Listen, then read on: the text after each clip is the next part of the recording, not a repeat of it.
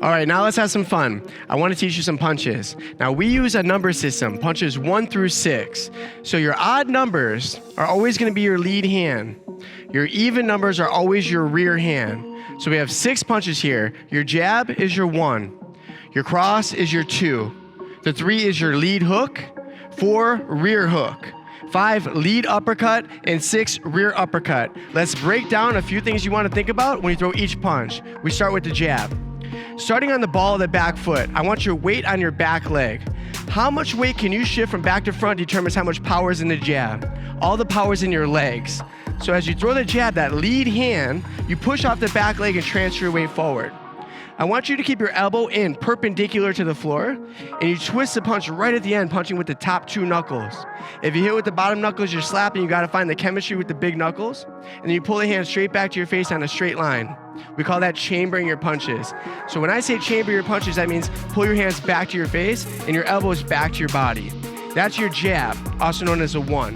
The 2 is your cross. That's your rear hand. The power from here also comes from your back leg. I pivot on the back foot and I'm transferring my weight forward, you see? Again, I keep my elbow in, close to the body. The closer your elbow stays to the midline, the more power. Your elbow flares out here, you lose power and you lose accuracy. Keep the elbow in, straight out, right at the end, twisting the punch, punching with the top 2 knuckles again, turning your punch over. Pull that hand straight back to your face on a straight line. I want you to really focus on pivoting on that back foot and twisting your shoulders.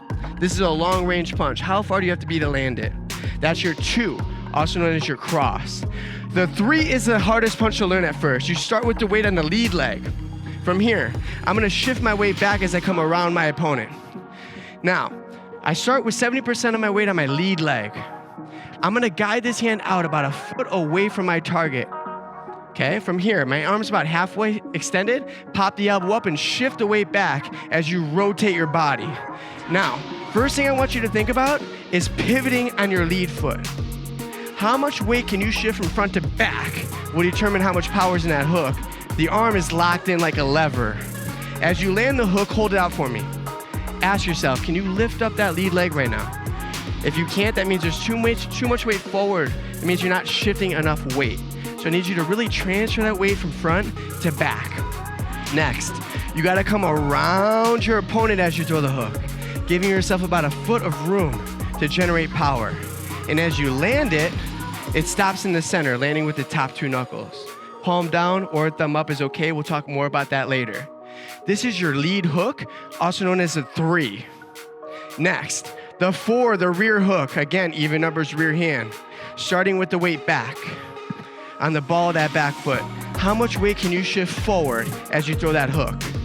Now, when we throw hooks, we need about a foot of room to generate power, so I'm coming around my opponent, you see? It comes out like a cross on an angle.